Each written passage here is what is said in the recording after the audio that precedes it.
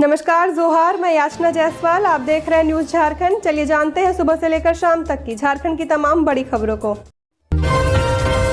Hazaribagh medical college में अफरा तफरी, लेबर रूम में मच्छर अगरबत्ती से लगी आग, धुआं फैलते ही बाहर भागे 50 से ज्यादा मरीज। हजारीबाग के शेख भिखारी मेडिकल कॉलेज अस्पताल में मंगलवार देर रात एक बड़ी दुर्घटना होते होते बच गई। देर रात करीब 11 बजे लेबर रूम में अचानक आग लग गई। उस समय वार्ड में करीब 40 से 50 मरीज मौजूद थे। अचानक उठी लपटों और धुएं से वार्ड में अफरा तफरी मच गई और मरीजों के परिजन घबराकर इधर उधर दौड़ने लगे। जांच में सामने आया कि आग का कारण अस्पताल में मौजूद मरीज के परिजनों द्वारा मच्छर भगाने के लिए जलाई गई अगरबत्ती थी। बताया जा रहा है कि अगरबत्ती से निकली चिंगारी ऑक्सीजन पाइप के संपर्क में आ गई थी। पाइप के संपर्क में आने के बाद आग तेजी से फैलने लगी और वार्ड में धुआं भर गया।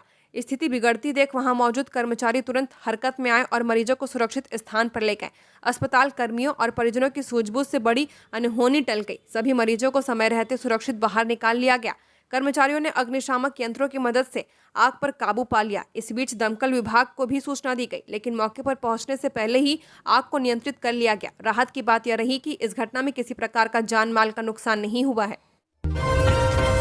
मंत्री इरफान अंसारी की घोषणा, रिम्स 2 का नाम होगा Shibu Soren institute of medical. Jharkhand के स्वास्थ्य मंत्री डॉक्टर इरफान अंसारी ने एक बड़ी घोषणा करते हुए बताया कि रांची के नगड़ी मौजा में प्रस्तावित रिम्स 2 पर अब दिशोमगुरु शिबू सोरेन के नाम पर स्थापित किया जाएगा। उसका नाम होगा Shibu Soren institute of medical sciences. मंत्री ने दावा किया कि यह संस्थान एशिया का सबसे बड़ा और आधुनिक सुपर स्पेशलिटी अस्पताल बनेगा। उन्होंने कहा, यह केवल एक मेडिकल संस्थान नहीं बल्कि झारखंड की अस्मिता और पहचान से जुड़ी एक ऐतिहासिक पहल है। स्वास्थ्य मंत्री ने कहा कि शिबू सोरेन ने आदिवासी, दलित, गरीब और किसान वर्गों के अधिकारों की लड़ाई लड़ी है। उनके योगदान को अमर बनाने के लिए इस अत्याधुनिक चिकित्सक संस्थान को उनके नाम पर समर्पित किया जा रहा है। SSIMS को मेडिकल सुविधाओं के क्षेत्र में एक नया मील का पत्थर बताया गया है। यहाँ अत्याधुनिक तकनीकों से लैस super speciality ward, research centre और चिकित्सा शिक्षा के व्यापक साधन उपलब्ध होंगे। गरीब, वंचित और जरूरतमंद मरीजों को प्राथमिकता के साथ निःशुल्क या रियायती इलाज उपलब्ध कराया जाएगा। इसके साथ ही यह संस्थान हजारों युवाओं के लिए चिकित्सा क्षेत्र में रोजगार और ट्रेनिंग का माध्यम बनेगा। डॉक्टर अंसारी ने कहा कि मुख्यमंत्री हेमंत सोरेन और राज्य सरकार की यह प्राथमिकता है कि झारखंड के हर नागरिक को गुणवत्तापूर्ण और सुलभ स्वास्थ्य सेवाएं दी जाएं। देवघर के सारवा CHC में शॉर्ट सर्किट से लगी आग, दवाएं और दस्तावेज जलकर राख। केंद्र में कुछ समय के लिए मची अफरा तफरी। देवघर के सारवा प्रखंड से सामुदायिक स्वास्थ्य केंद्र में सुबह अचानक आग लग गई, जिससे अस्पताल में रखी महत्वपूर्ण दवाएं और दस्तावेज जलकर राख हो गए। आग लेबर रूम के पास स्थित दवा कक्ष में लगी, जिसकी वजह शॉर्ट सर्किट बताई जा रही है। स्थानीय लोगों ने जब स्वास्थ्य केंद्र के परिसर से धुआं उठता देखा तो तुरंत CHC प्रभारी को सूचना दी। सूचना पर प्रभारी ने स्थिति की गंभीरता को समझते हुए तुरंत फायर ब्रिगेड को खबर दी। फायर ब्रिगेड के आने से पहले ही स्वास्थ्य केंद्र के कर्मचारियों और स्थानीय लोगों ने आग बुझाने की कोशिश शुरू कर दी थी। कुछ ही देर में फायर ब्रिगेड की टीम मौके पर पहुंची और कर्मचारियों के सहयोग से आग पर पूरी तरह काबू पा लिया गया। हालांकि लेकिन तब तक कई दवाएं और जरूरी दस्तावेज जल चुके थे। इस घटना के चलते स्वास्थ्य केंद्र में कुछ समय के लिए अफरा तफरी मच गई थी। मरीजों और उनके परिजनों में दहशत का माहौल बन गया था, लेकिन समय रहते स्थिति को संभाल लिया गया, जिससे एक बड़ी दुर्घटना टल गई। जमशेदपुर में बॉयफ्रेंड से नाराज युवती का ड्रामा। हाईटेंशन टावर पर 40 फीट चढ़ी, बोली माँ बाप से ज्यादा प्यार किया, धोखा मिला। सोनारी मरीन ड्राइव रोड के किनारे जुस्को के हाईटेंशन टावर पर एक युवती के चढ़ने से 3 घंटा तक बवाल चला। खरसावां के कुचाई की रहने वाली युवती अपने प्रेमी की तलाश में खरसावां के कुचाई से बस से मंगलवार को 2 मुहानी पुल के पास उतरी। वहां से प्रेमी को फोन लगाया, कोई जवाब नहीं मिला। इसके बाद युवती हाई टेंशन टावर पर चढ़ने लगी। यह देख लोगों की भीड़ इकट्ठा हो गई। सूचना मिलने पर सोनारी पुलिस पहुंची। तब तक युवती 40 फीट चढ़ने के बाद डर कर वहीं बैठ गई थी। पुलिस ने युवती को नीचे उतारने का प्रयास किया, लेकिन युवती प्रेमी को बुलाने की मांग पर अड़ी रही। इस बीच सोनारी कपाली बस्ती के रोशन सिंह व उसके साथ ही सोनू टावर पर चढ़े। उन्होंने युवती को समझाया वे उसके प्रेमी को बुलवाएंगे। दोनों युवक युवती को 15 फीट नीचे लेकर आए, फिर जिसको की क्रेन में डालकर नीचे उतारा गया। नीचे आने तक युवती बेहोश हो चुकी थी। पुलिस ने परिजनों के आने पर युवती को सौंप दिया। युवती ने बताया उसका प्रेमी रांची में रहता है। मंगलवार को प्रेमी रांची से भागकर जमशेदपुर पहुंचा, वह भी पीछा करते हुए शहर आई। इसके बाद प्रेमी ने फोन बंद कर दिया। प्रेमी ने खुद को कुंवारा बताकर उसे प्रेम जाल में फंसाया, अब मिलने से इनकार कर दिया है। झारखंड में 2 दिन बारिश से मिलेगी राहत। 29 अगस्त से राज्य के सभी हिस्सों में बारिश, कोल्हान और संताल परगना की झीलों में हैवी रेन।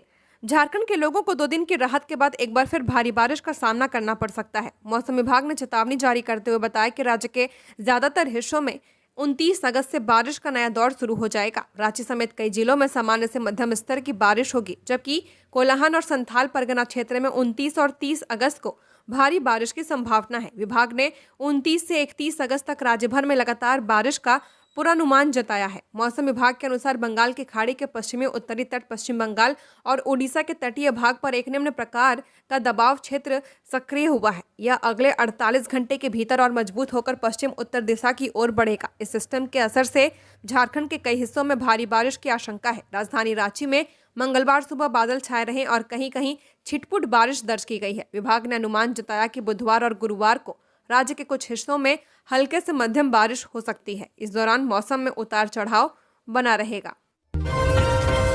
कुख्यात मयंक एटीएस रिमांड पर कड़ी सुरक्षा के बीच रामगढ़ जेल से लाया गया रांची। अजरबैजान से गिरफ्तार कुख्यात अपराधी मयंक सिंह से झारखंड एटीएस की टीम अगले 6 दिनों तक पूछताछ करेगी। बुधवार को कड़ी सुरक्षा व्यवस्था के बीच रामगढ़ जेल से मयंक सिंह को रांची के धुरवा स्थित एटीएस मुख्यालय लाया गया। अजरबैजान से झारखंड लाने के बाद मयंक सिंह को रामगढ़ जेल में न्यायिक हिरासत में रखा गया था। एनकाउंटर में मारे गए कुख्यात गैंगस्टर अमन साहू के सबसे विश्वस्त साथी मयंक सिंह को रामगढ़ जेल से रांची स्थित एटीएस मुख्यालय लाया गया है। अदालत से 6 दिनों के रिमांड पर एटीएस की टीम मयंक को लेकर रांची पहुंची है, जहां उसे विभिन्न आपराधिक मामलों से लेकर गैंग्स के हथियार से संबंधित पूछताछ की जा रही है। मयंक को रिमांड पर लाने से न सिर्फ झारखंड पुलिस बल्कि राज्य के कई अन्य पुलिस को भी काफी फायदा मिलेगा। गैंगस्टर अमन साहू के फाइनेंशियल नेटवर्क के साथ साथ पूरे हथियार नेटवर्क को मयंक ही संभालता था। मयंक से पूछताछ के बाद जो कार्रवाई होगी उसमें अमन साहू के हथियार और फाइनेंशियल नेटवर्क दोनों को ध्वस्त करने में सहायता मिलेगी। खुंटी में 36 लाख से ज्यादा का डोडा जब्त, अज्ञात के खिलाफ एफआईआर दर्ज, जांच में जुटी पुलिस। अफीम तस्करी के खिलाफ खुंटी पुलिस की कार्रवाई जारी है। अफीम और डोडा तस्करी की सूचना पर खुंटी पुलिस ने देर रात कार्रवाई करते हुए 242 किलो अवैध डोडा बरामद किया है। जब्त डोडा का बाजार मूल्य लगभग 36,30,000 रुपए बताया जा रहा है। हालांकि आरोपी मौके से फरार हो गया। डीएसपी वरुण रजक ने प्रेस रिलीज जारी कर बताया कि साइको थाना क्षेत्र के मारंगहदा मोड़ के समीप एक मारुति वैन से डोडा की तस्करी की सूचना एसपी मनीष टोप्पो को मिली थी। सूचना पर डीएसपी वरुण रजक और साइको थाना प्रभारी प्रभात रंजन पांडे ने मारंगहदा मोड़ के समीप वाहनों की जांच की। इस जांच के दौरान वैन भी वहां पहुंची, लेकिन मारुति में सवार लोगों ने पुलिस को देख लिया और मोड़ से पहले गाड़ी को छोड़कर अंधेरे का लाभ उठाकर भाग निकले। मौके पर वाहन से 12 बोरे में भरा 242 किलो डोडा जब्त किया गया, जिसकी बाजार कीमत करीब 36,30,000 रुपए बताई जा रही है। डीएसपी वरुण रजक ने बताया कि गाड़ी मालिक और अज्ञात तस्कर के खिलाफ साइको थाना में कांड संख्या 25/2025 एनडीपीएस एक्ट 1985 की धारा 15C/25 के तहत प्राथमिकी दर्ज की गई है। वहीं पुलिस तस्करी में शामिल अपराधियों की पहचान और गिरफ्तारी के लिए छापेमारी कर रही है। छापेमारी टीम में डीएसपी वरुण रजक, थाना प्रभारी प्रभात रंजन पांडे, हवलदार प्रदीप संगा, सुजीत कुजूर, आरक्षी हेमंत कुमार व तालकेश्वर राम शामिल रहे। रिम्स 2 को हजारीबाग में स्थापित करने की उठी मांग, सांसद मनीष जायसवाल ने सीएम हेमंत सोरेन को लिखा पत्र। हजारीबाग सांसद मनीष जायसवाल ने झारखंड में प्रस्तावित रिम्स 2 को हजारीबाग में स्थापित करने के लिए राज्य के मुख्यमंत्री हेमंत सोरेन को पत्र लिखा है। सांसद मनीष जायसवाल ने पत्र में तर्क दिया कि रांची की तुलना में हजारीबाग इस महत्वाकांक्षी परियोजना के लिए ज्यादा उपयुक्त स्थान है। रिम्स 2 की स्थापना हजारीबाग में होने से उत्तर पूर्वी झारखंड की आधी आबादी को बेहतर स्वास्थ्य सुविधा मिल सकेगी। हजारीबाग में पर्याप्त मात्रा में सरकारी भूमि उपलब्ध है, जिससे इस परियोजना को तेजी से और बिना किसी विवाद के पूरा किया जा सकता है। उन्होंने यह भी कहा कि रांची में भूमि विवादों के कारण परियोजनाओं में अक्सर देरी होती है। हजारीबाग में रिम्स 2 की स्थापना से रांची स्थित रिम्स 2 पर मरीजों का दबाव कम होगा और मरीजों को लंबी यात्रा नहीं करनी पड़ेगी। सांसद मनीष जायसवाल ने अपने पत्र में बताया कि वर्तमान में रांची स्थित रिम्स पर अत्यधिक मरीजों का भार है, जिसका एक बड़ा कारण हजारीबाग और इसके आसपास के सुदूरवर्ती जिले और प्रमंडलों से आने वाले मरीज हैं। हजारीबाग न केवल उत्तरी छोटा नागपुर प्रमंडल का मुख्यालय है, बल्कि इसकी भौगोलिक स्थिति भी इसे एक केंद्र बनाती है। पाकुड़ में गणेश पूजा की धूम, 30 अगस्त तक चलेगा गणपति महोत्सव, कलश यात्रा और सांस्कृतिक कार्यक्रमों का आयोजन। पाकुड़ में गणेश पूजा का उत्सव धूमधाम से मनाया जा रहा है। रेलवे मैदान स्थित सार्वजनिक गणेश पूजा समिति 27वां पूजा समारोह मना रही है। यह महोत्सव 30 अगस्त तक चलेगा। पूजा को लेकर लोगों में खासा उत्साह देखा जा रहा। वहीं शहर समेत प्रखंड मुख्यालयों के बाजारों में खासी चहल पहल रही। वहीं रेलवे मैदान में आयोजित गणेश पूजा के आयोजन को लेकर समिति के अध्यक्ष अनिकेत गोस्वामी ने बताया कि पिछले 27 वर्षों से रेलवे मैदान में गणेश पूजा का आयोजन होता रहा है। उन्होंने कहा कि गणेश पूजा के दौरान बिहार, झारखंड और पश्चिम बंगाल से आए कलाकार विभिन्न कार्यक्रम प्रस्तुत करेंगे। कार्यक्रम में बच्चों के सांस्कृतिक प्रस्तुतियां, डांडिया और मटका फोड़ प्रतियोगिता शामिल है। सफल प्रतिभागियों को सम्मानित किया जाएगा। सदर प्रखंड के शहरकोल में कलश यात्रा निकाली गई। हिरणपुर में सार्वजनिक गणेश पूजा समिति अपना रजत जयंती वर्ष मना रही है। हिरणपुर प्रखंड के धवाडांगा में भी पूजा का आयोजन किया जा रहा है। हिरणपुर में गणेश पूजा को लेकर महिलाएं और कन्याओं द्वारा भव्य कलश यात्रा निकाली गई। कलश यात्रा में शामिल भक्तों के द्वारा जमकर जयकारा लगाया गया। देवघर में दिन दहाड़े युवक की चाकू मारकर हत्या। विकास होटल के पास चाकू से हमला। पिता बोले किसी से दुश्मनी नहीं थी। देवघर में अपराधियों ने एक बार फिर कानून व्यवस्था को चुनौती देते हुए दिन दहाड़े हत्या की वारदात को अंजाम दिया है। शहर के बाजार समिति के पास स्थित विकास होटल के निकट एक 25 वर्षीय युवक की चाकू मारकर हत्या कर दी गई। मृतक की पहचान हाथी पहाड़ निवासी कौशल जायसवाल के रूप में की गई है। चश्मदीदों के मुताबिक अपराधियों ने कौशल पर अचानक हमला किया और कई बार चाकू से वार किया, जिससे मौके पर उसकी मौत हो गई। घटना की सूचना मिलते ही पुलिस मौके पर पहुंची और शव को कब्जे में लेकर पोस्टमार्टम के लिए देवघर सदर अस्पताल भेज दिया गया है। मृतक के पिता किशन जायसवाल ने बताया कि कौशल सुबह अपने घर से निकला था। कुछ देर बाद जब उन्होंने बेटे को फोन किया तो कौशल ने कहा, पापा हम आ रहे हैं। इसके कुछ ही समय बाद मोहल्ले की 2 महिलाओं ने घर आकर सूचना दी कि उनके बेटे को गोली मार दी गई है। झारखंड हाईकोर्ट ने सहायक आचार्य नियुक्ति प्रक्रिया पर लगाई रोक। जेएसएससी और सरकार से जवाब तलब। झारखंड हाईकोर्ट में मंगलवार को गणित और विज्ञान विषय से सहायक आचार्य कक्षा 6 से 8 तक की नियुक्ति से जुड़ी याचिका पर सुनवाई की गई। जस्टिस आनंद सेन की अदालत ने प्रार्थी और झारखंड कर्मचारी चयन आयोग की दलीलें सुनने के बाद अगली सुनवाई तक खाली पदों के हस्तांतरण पर रोक लगा दी है। कोर्ट ने राज्य सरकार और जेएसएससी को नोटिस जारी कर जवाब दाखिल करने का निर्देश दिया। इस मामले की अगली सुनवाई दिसंबर 2025 में की जाएगी। 355 अभ्यर्थियों की ओर से अधिवक्ता अमृतांश वत्स ने कोर्ट में कहा कि जेएसएससी ने सहायक आचार्य पदों के लिए विज्ञापन जारी किया था, लेकिन प्रक्रिया में कई अनियमितताएं सामने आई हैं। इसके खिलाफ याचिकाकर्ता महेंद्र रवानी समेत अन्य अभ्यर्थियों ने अदालत का दरवाजा खटखटाया। हाईकोर्ट ने स्पष्ट किया कि जब तक मामले पर अंतिम फैसला नहीं हो जाता तब तक इन पदों पर कोई नियुक्ति या खाली सीटों का हस्तांतरण नहीं किया जाएगा। आदित्यपुर गणेश उत्सव में सांसद जोभा मांझी ने किया RDX Gajanand boys club pandal का उद्घाटन। आदित्यपुर में मंगलवार देर शाम गणेश उत्सव की धूम देखने को मिली। अन्नपूर्णा मंदिर परिसर में बने आरडीएक्स गजानंद बॉयज क्लब के पूजा पंडाल का सांसद जोभा मांझी ने फीता काटकर उद्घाटन किया। इसके बाद उन्होंने पूजा अर्चना कर क्षेत्रवासियों को गणेश उत्सव की शुभकामनाएं दी हैं। इस अवसर पर झामुमो केंद्रीय सदस्य गणेश चौधरी, कांग्रेसी नेता सह सांसद प्रतिनिधि केपी सोरेन, झामुमो युवा मोर्चा जिला अध्यक्ष भुगलू सोरेन, महिला मोर्चा जिला अध्यक्ष सुशीला तांती समेत कई गणमान्य लोग मौजूद रहे। सांसद ने कहा कि विघ्नहर्ता भगवान गणेश की आराधना से सभी कार्य सफल होते हैं। उन्होंने दिशोम गुरु शिबू सोरेन और दिवंगत मंत्री रामदास सोरेन को भी नमन किया।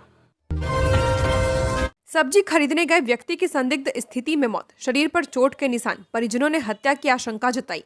गिरिडीह जिले के देवरी प्रखंड के बैरिया गांव में एक व्यक्ति के संदिग्ध मौत का मामला सामने आया है। बैरिया पांडे भीटा स्थित ढाको पत्थर के पास सड़क किनारे झाड़ी से 45 वर्षीय लक्ष्मण सिंह का शव बरामद किया गया। मृतक के शरीर पर गंभीर चोट के निशान मिले हैं। लक्ष्मण सिंह मंगलवार को सब्जी खरीदने बैरिया बरवाबाद के साप्ताहिक हाट गए थे। देर रात तक घर नहीं लौटने पर परिजनों ने उनकी तलाश की। बुधवार सुबह ग्रामीणों को सड़क किनारे झाड़ी में उनका शव मिला। हिरोडिया थाना प्रभारी महेश चंद्र के अनुसार प्रथम दृष्टया मामला हत्या का प्रतीत हो रहा है। पोस्टमार्टम रिपोर्ट आने के बाद ही मौत के सटीक कारणों का पता चल सकेगा। पुलिस मृतक के परिचितों और संभावित विवादों की जांच कर रही है। रांची के नेवरी चौक में लहराएगा 100 फीट ऊंचा तिरंगा, मंत्री संजय सेठ ने की घोषणा। रांची के कांके प्रखंड अंतर्गत नेवरी चौक गोलंबर में 100 फीट ऊंचा तिरंगा शान से लहराएगा। केंद्रीय रक्षा राज्य मंत्री सह रांची सांसद संजय सेठ ने इसकी घोषणा कर दी है। आगामी 1 माह के भीतर नेवरी चौक गोलंबर में 100 फीट ऊंचा तिरंगा फहराया जाएगा। साथ ही चौक के चारों ओर आकर्षक लाइटिंग भी की जाएगी, जिससे रिंग रोड स्थित इस नेवरी चौक गोलंबर की खूबसूरती और भी ज्यादा निखर जाएगी। 100 फीट ऊंचा तिरंगा फहराने के इस ऐतिहासिक फैसले पर नेवरी पंचायत के मुखिया साधो उरांव ने कहा, यह तिरंगा ध्वज हमारी राष्ट्रीय एकता, अखंडता और बलिदान की जीवंत प्रतीक की छवि है। राष्ट्रपति से मिला सम्मान भी नहीं बदल सका किस्मत, बीए पास रश्मि आज भी ढो रही हैं ईंटें। रश्मि बिरहोर, एक नाम जो कभी संघर्ष को मिसाल बना, आज मजबूरी की एक कड़वी सच्चाई बन चुका है। साल 2024 में जब रश्मि ने स्नातक की पढ़ाई पूरी की तो यह न सिर्फ उसके लिए बल्कि पूरे बिरहोर समुदाय के लिए एक ऐतिहासिक पल था। उसके इस उपलब्धि के लिए देश के राष्ट्रपति द्रौपदी मुर्मू ने उसे सम्मानित किया। यह पल उसकी जिंदगी में एक नई शुरुआत की तरह था। एक उम्मीद थी कि अब उसका और उसके परिवार का जीवन बेहतर होगा, लेकिन आज वहीं रश्मि सिर पर ईंटें ढोने को मजबूर हैं। एक हाथ में राष्ट्रपति द्वारा दिया गया सम्मान और दूसरे हाथ में मजदूरी की तगारी। यह विरोधाभास सिर्फ रश्मि ही नहीं बल्कि समाज और व्यवस्था की भी एक विडंबना है। रश्मि ने गरीबी, सामाजिक बाधाओं और हर अभाव को मात देकर शिक्षा पाई थी। जब उसने ग्रेजुएशन किया तो गांव में जश्न का माहौल था। हर किसी को लगा था कि अब उसकी मेहनत रंग लाएगी, लेकिन पढ़ाई पूरी करने के बाद 1 साल तक नौकरी की तलाश में भटकते भटकते वह थक गई। सरकारी योजनाएं, आरक्षण, आदिवासी उत्थान के दावे सब कागजों तक ही सीमित रह गए। अब रश्मि की डिग्री अलमारी में बंद है और वह दिन रात मजदूरी करके परिवार का पेट पाल रही हैं। उसकी मां आज भी उसी तरह ईंटें ढोती हैं और रश्मि कहती हैं, मेरी सारी मेहनत, सारी उम्मीदें गरीबी और सिस्टम के आगे हार गई। झारखंड के मोस्ट वांटेड आतंकी मोहम्मद अर्शियान के खिलाफ इंटरपोल ने रेड कॉर्नर नोटिस जारी किया। झारखंड के जमशेदपुर स्थित मांगो थाना क्षेत्र का रहने वाला कुख्यात आतंकवादी मोहम्मद अर्शियान, जिसे संगठन में हैदर के नाम से जाना जाता है, अब इंटरपोल के रेड कॉर्नर नोटिस में शामिल हो चुका है। यह नोटिस सीबीआई के अनुरोध पर जारी किया गया है। सीबीआई के मुताबिक 40 वर्षीय अर्शियान पर कई आतंकी हमलों में शामिल होने और ड्रोन हमलों में विशेषज्ञता रखने के गंभीर आरोप लगे हैं। वह हिंदी, अरबी और अंग्रेजी भाषाओं का जानकार है। वर्ष 2017 में तुर्की में उसे गिरफ्तार किया गया था, लेकिन इसके बाद से वह भारत की पकड़ से बाहर है। उसकी वर्तमान लोकेशन का कोई ठोस पता नहीं चल सका है। बताया जाता है कि अर्शियान ने अलीगढ़ मुस्लिम विश्वविद्यालय से इंजीनियरिंग की पढ़ाई की थी। बाद में उसने ड्रोन हमले की तकनीकी ट्रेनिंग ली और आतंकवादी संगठन ISIS से जुड़ गया। उस पर भारत ही नहीं बल्कि कई अन्य देशों में आतंकी गतिविधियों को अंजाम देने के आरोप लगे हैं।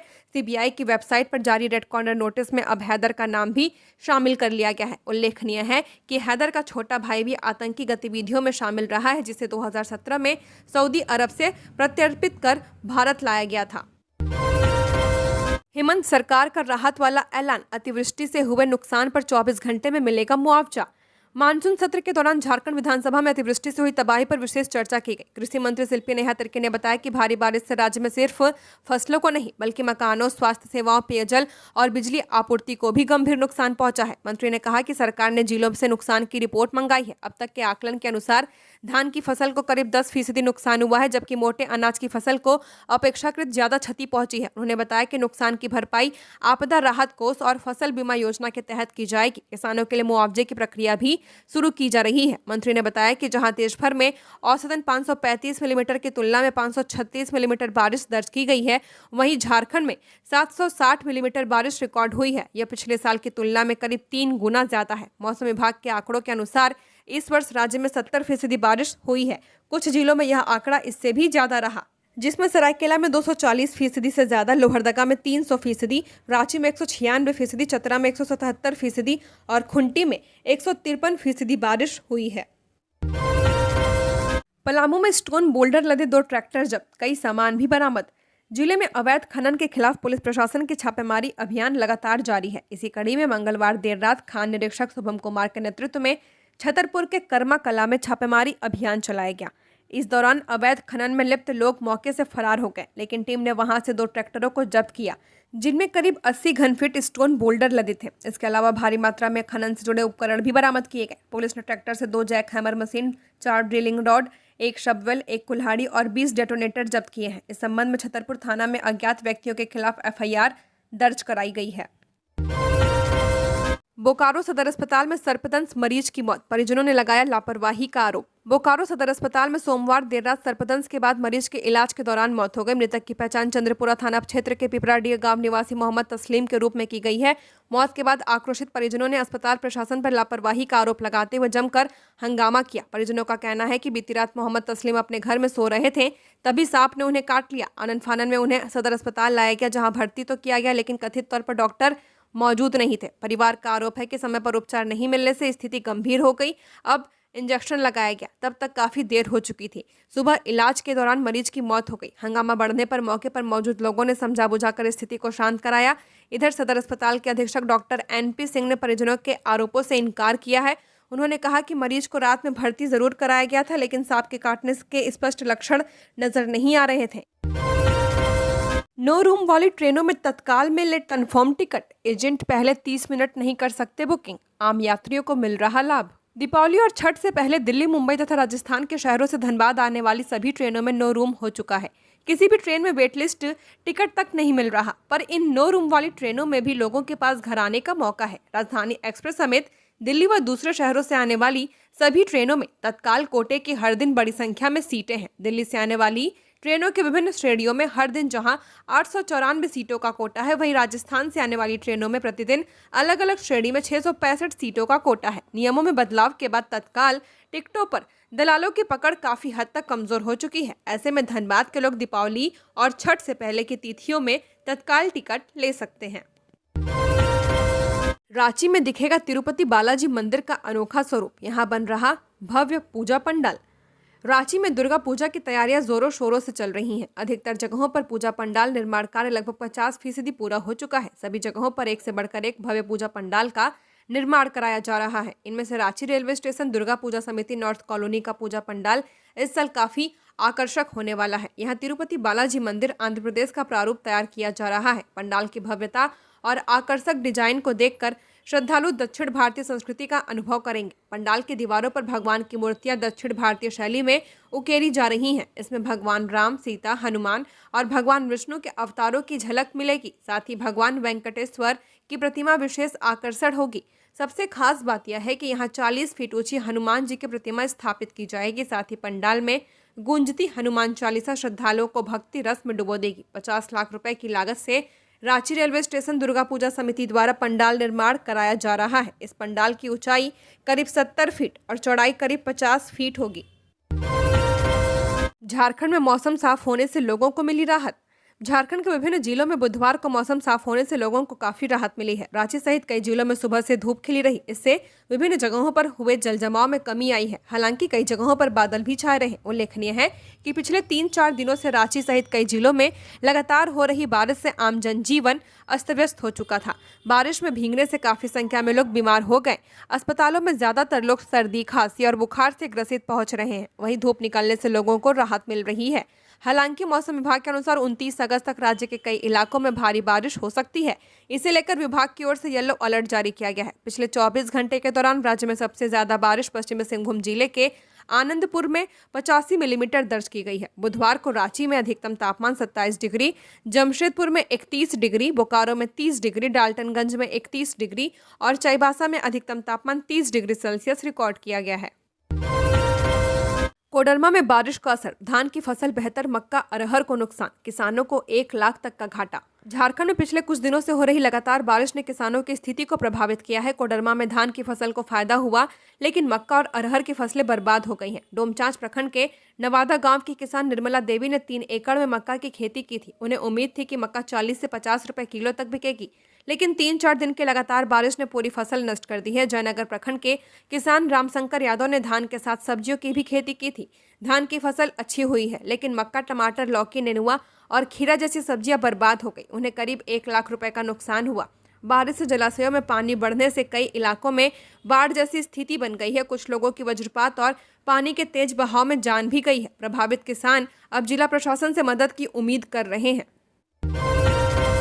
JSSC CGL case, paper leak नहीं हुआ, पेपर लीक के नाम पर ठगी की गई।